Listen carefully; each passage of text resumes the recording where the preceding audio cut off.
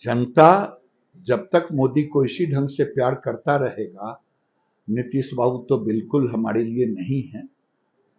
लड़े, राहुल गांधी के नाम पर सब लोग एक करके लड़े, अगर है हिम्मत तो। आप जाकर के उस पादरी से मिलते हैं, लाखों का विदेशी टी शर्ट पहनते हैं और कहते हैं भारत जोड़ो जो।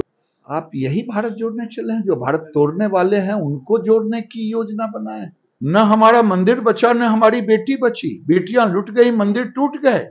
और जब तक भारतीय जनता पार्टी है, मुस्लिम राष्ट्र ला नहीं सकता। विनाश काले विपरीत बुद्धि। राहुल गांधी और अभी का कांग्रेस, आरएसएस को समझने में कई जन्म लेना पड़ेगा। जब इस राज्य के पूर्वांचल में 500 स्कूलों से ऊपर में मजहबी छुट्टियां दी जाएगी, शरिया कानून लाया जाएगा, शुक्रवार को छुट्टियां होगी, इसका विरोध करेंगे। अगर ये भड़काना है तो मैं इसे कबूल मानता हूं। ज्ञानवापी मुद्दे पर कोर्ट का फैसला आ गया है। मुस्लिम पक्ष की याचिका खारिज कर दी गई है और इस मामले को सुनवाई के लायक माना गया। हमारे साथ केंद्रीय मंत्री गिरिराज सिंह मौजूद हैं। मंत्री जी, किस तरीके से आप इस फैसले को देख रहे हैं? बहुप्रतीक्षित फैसला था, ये विवाद चल रहा था कि क्या ये मामला चलाया जाने लायक भी है या नहीं। अब तो कोर्ट का फैसला आ गया है।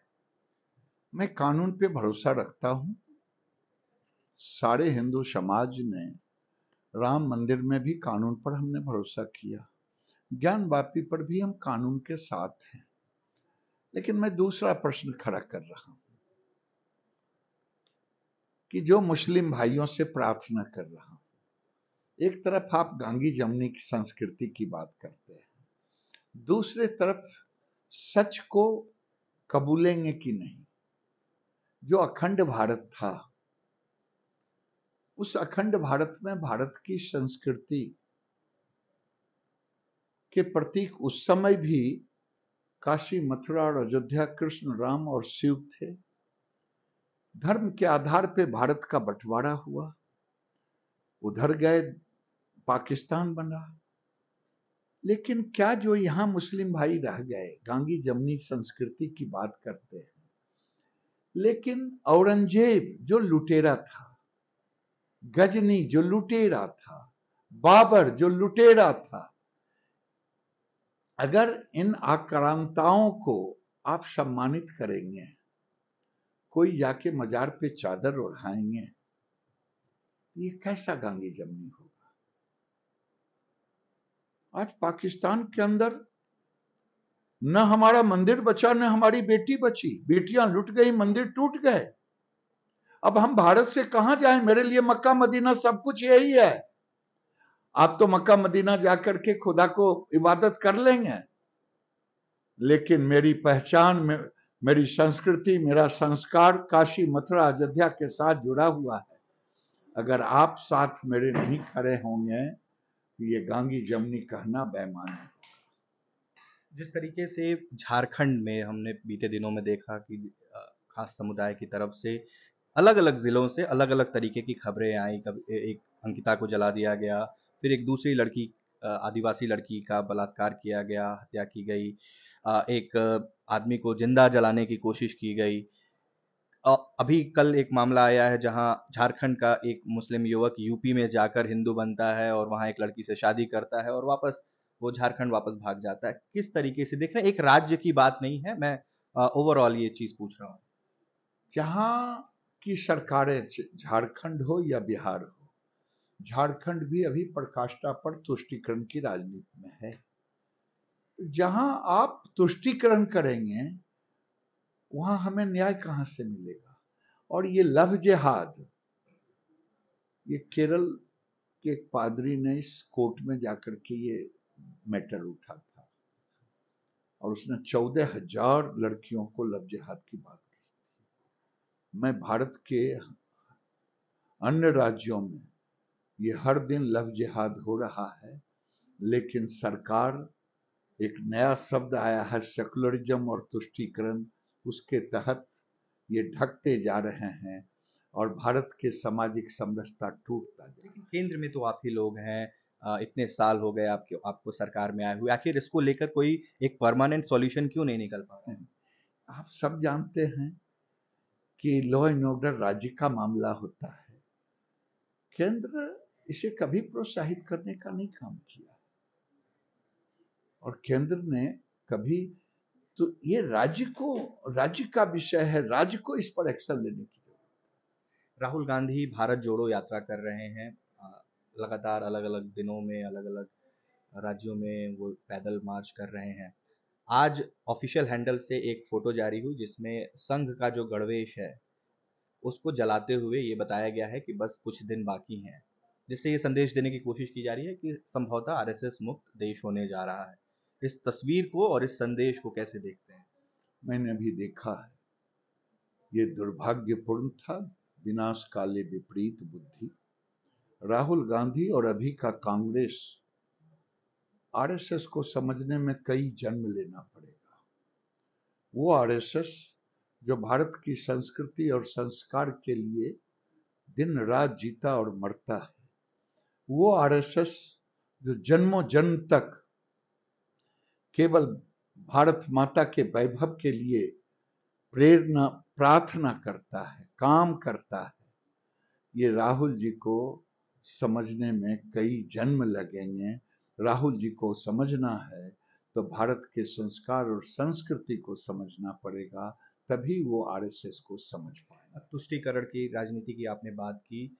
केंद्रीय गृह मंत्री अमित शाह बिहार के दौरे पर आ रहे हैं सीमांचल में, और विरोधी कह रहे हैं कि वो तुष्टीकरण करने आ रहे हैं, अपने जो वहाँ के लोग हैं उनको भड़काने के लिए आ रहे हैं।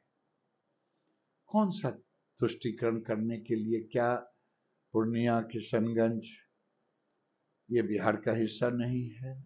बिहार भारत का हिस्सा नहीं है? कोई पाकिस्तान हम नहीं जा रहे हैं, बांग्लादेश का हिस्सा नहीं है, हम क्यों ना जाएं? वो देश के गृह मंत्री हैं, भारतीय जनता पार्टी के पूर्व राष्ट्रीय अध्यक्ष हैं। हाँ, मेरे जैसे लोग विरोध करते रहेंगे। जब इस राज्य के पूर्वांचल में 500 स्कूलों से ऊपर में मजहबी छुट्टियां दी जाएगी, शरिया कानून लाया जाएगा, शुक्रवार को छुट्टियां होगी, इसका विरोध करेंगे। अगर ये भड़काना है तो मैं इसे कबूल मानता हूं।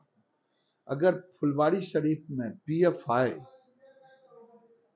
का षड्यंत्र सामने आए, लोग पकड़े जाएं, तार 14 जिलों में पकड़े जाएं और वो 2047 तक भारत को मुस्लिम राष्ट्र बनाने का खाका खींचे और यहाँ की सरकार मंद मंद मुस्कान ले, क्या हम उसका विरोध लें तो नफरत का बीज होगा? हम और करते क्या? और जब तक भारतीय जनता पार्टी है, कोई भारतीय जनता पार्टी के अस्तित्व, भारत के अस्तित्व को मिटा नहीं सकता, मुस्लिम राष्ट्र ला नहीं सकता। यहाँ भारत के संविधान से ही कानून। 2014 में नारा दिया गया, बहुत हुई महंगाई की मार, अब की बार बीजेपी सरकार।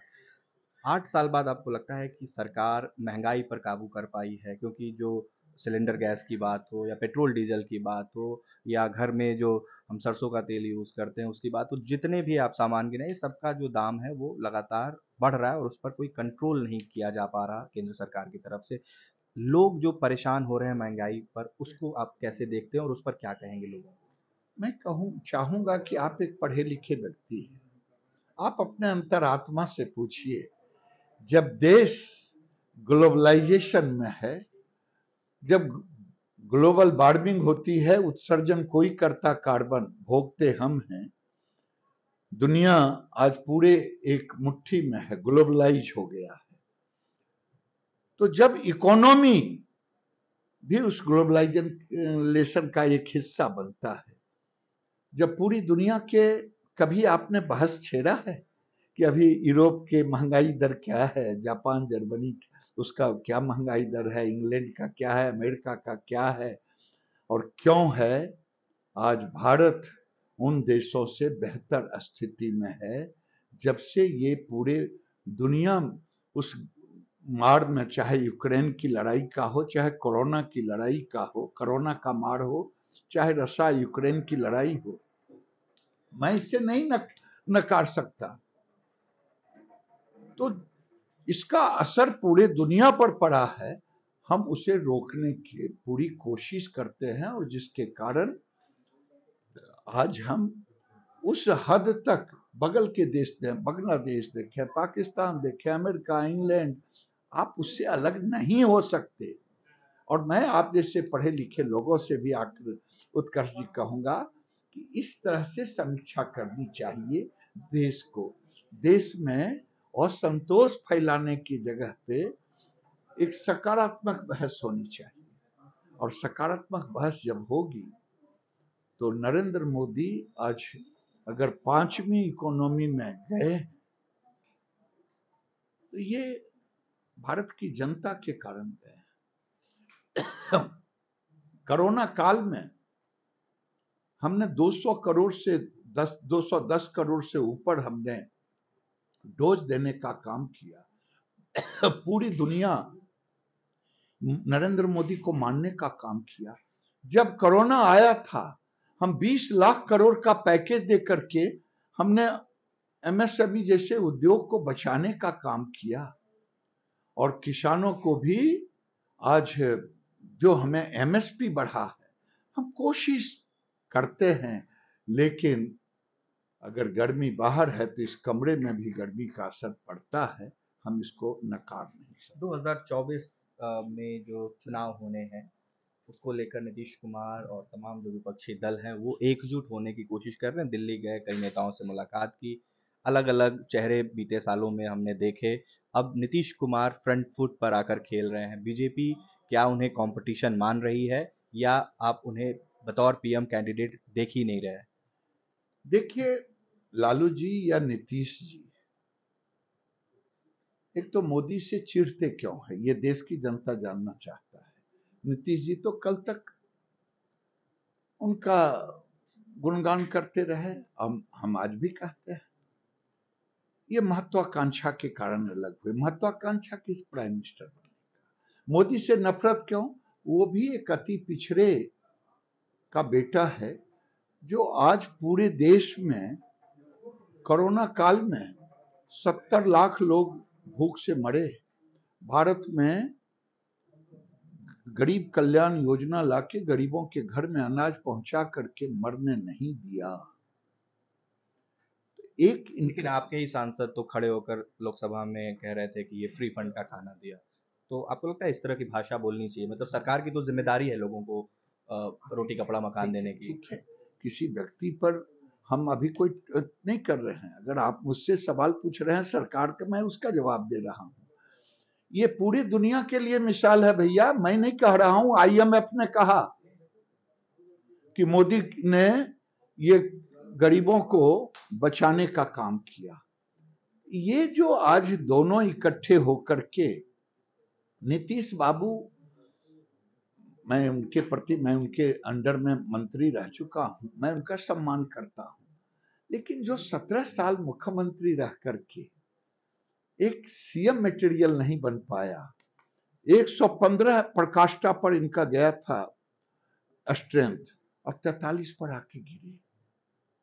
बीजेपी 2000 में मुख्यमंत्री बनाया, 2020 में भी बनाया है। अब ये मुख्यमंत्री भी नहीं बनेंगे, ये सीएम मटेरियल भी अपने को साबित नहीं कर पाए, तो पीएम मटेरियल कौन मानेगा? यहां तो बुलाए केसीआर खुश हो रहे थे, और केसीआर आने के बाद हमारे मुख्यमंत्री को केवल नहीं बेइज्जत किया, बिहार को बेइज्जत किया, उठ बैठ कर आया, नाम तक नहीं लिया। और ये जहां जा रहे हैं, एक भी बता दीजिए कि सबने कहा कि विरोधी एकता के नेता नीतीश कुमार है। क्यों मानेगा? जो सीएम मटेरियल नहीं बन पाया वो पीएम मटेरियल क्यों बनेगा? दूसरी बात, पार्टियों के पास वोट उठ नहीं होता है, वोट होता है जनता के पास। 2014 में भी मोदी के कई पार्टियां मिलकर के विरोध कर रहे थे। मोदी के प्रति आज भी लोगों की आस्था है। यूपीए सरकार 10 साल रहा, विवादों में घिरा रहा।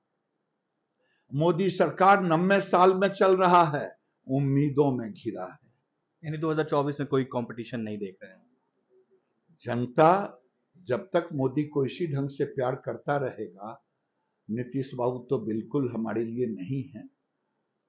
और देश में आप ये भी तो देखें, कौन नेता राहुल गांधी लड़े? राहुल गांधी के नाम पर सब लोग एक करके लड़े, अगर है हिम्मत तो आगे आगे देखते चलिए ना। आखिरी सवाल बिहार के परिप्रेक्ष्य में बीते चुनाव में देखा गया है कि जो दो दल साथ में रहे सरकार उन्हीं की बनी, कोई दल अकेले सरकार नहीं बना पाया। अब आप लोग अकेले हैं, एक तरफ 7 पार्टियों का गठबंधन है। 2025 में क्या बीजेपी के लिए ग्राउंड पर कोई जगह रहने वाली है? जो मुख्यमंत्री का चेहरा आप लोग आज तक नहीं दे पाए, क्या 2025 में आप लोगों को स्कोप दिखाई दे रहा है? अभी हम 24 की चर्चा कर रहे हैं, अब 25 में कहां जा रहे हैं? पहली लड़ाई तो लड़ लेने दीजिए, उसके बाद जवाब आपको दूंगा। ये जो लोग कह रहे हैं ना, इतना प्रतिशत, इतना पार्टियां, मैं आप ही के मुंह से एक कहानी सुनवाया या सुना था।